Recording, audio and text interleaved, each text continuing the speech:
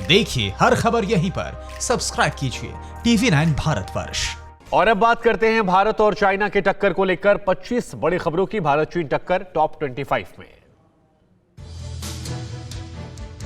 श्रीनगर में सुरक्षा बलों और आतंकवादियों के बीच मुठभेड़। सुरक्षा बलों ने एक आतंकवादी को मार गिराया। दुश्मनों से लड़ते हुए एक जवान भी हुआ शहीद। चीन से तनाव के बीच में सीडीएस बिपिन रावत आज ले जाएंगे। लेह में कोर कमांडर से मिलेंगे सीडीएस रावत। एलएसी की सुरक्षा का जायजा लेंगे सीडीएस रावत। भारतीय सेना ने एलएसी पर पैरा फोर्सेस के जवान किए तैनात। पीओके में सर्जिकल स्ट्राइक में भी यही जवान थे शामिल, सूत्रों के हवाले से खबर। चीन के साथ तनाव के बीच सरकार ने 38,900 करोड़ के रक्षा सौदों को दी मंजूरी। रूस से खरीदे जाएंगे 21 मिग-29 और 12 सुखोई 30 MKI विमान। चीन की चालबाजी जारी। अरुणाचल प्रदेश के बॉर्डर से 15 किलोमीटर दूर चोरी छिपे बनाए एयरफोर्स बेस। सैटेलाइट तस्वीरों से खुलासा हुआ।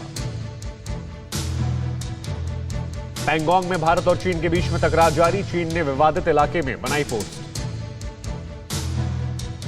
केंद्रीय मंत्री रविशंकर प्रसाद की चीन को दो चूक, कहा यह 1962 का नहीं 2020 का हिंदुस्तान। डिजिटल स्ट्राइक से टूटेगी चीन की कमर।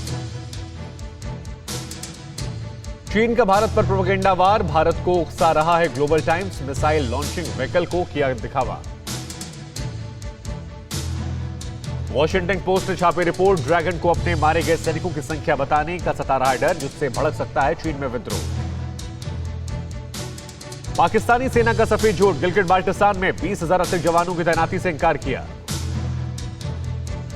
चीन के उकसावे पर नेपाल की एक और नापाक हरकत। उत्तराखंड से लगने वाली सीमा पर बनाई एक पोस्ट। 35 जवान तैनात किए।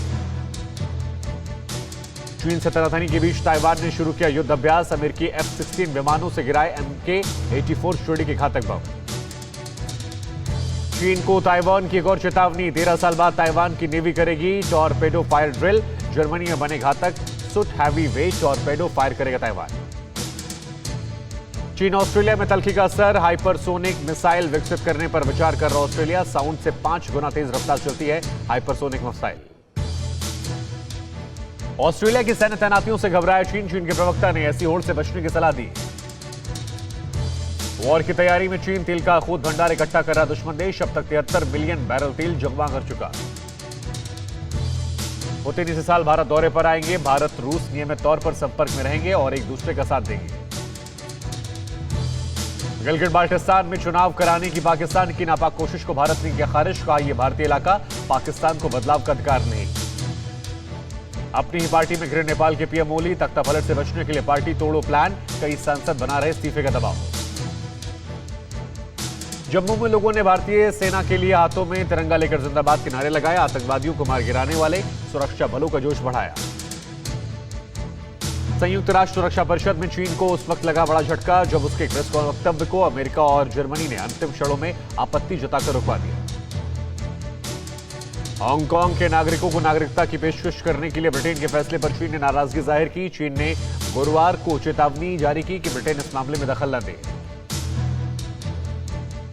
भारत में चीनी ब्रांड्स के बहिष्कार से दक्षिण कोरिया की कंपनी सैमसंग को मिल सकता है बहुत बड़ा फायदा।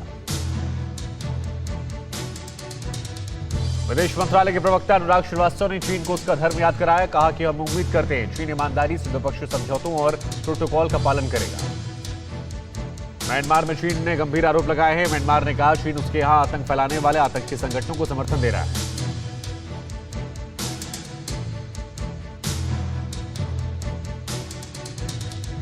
फिक्र आपकी, सोमवार से शुक्रवार रात 9 बजे सिर्फ TV9 भारतवर्ष पर।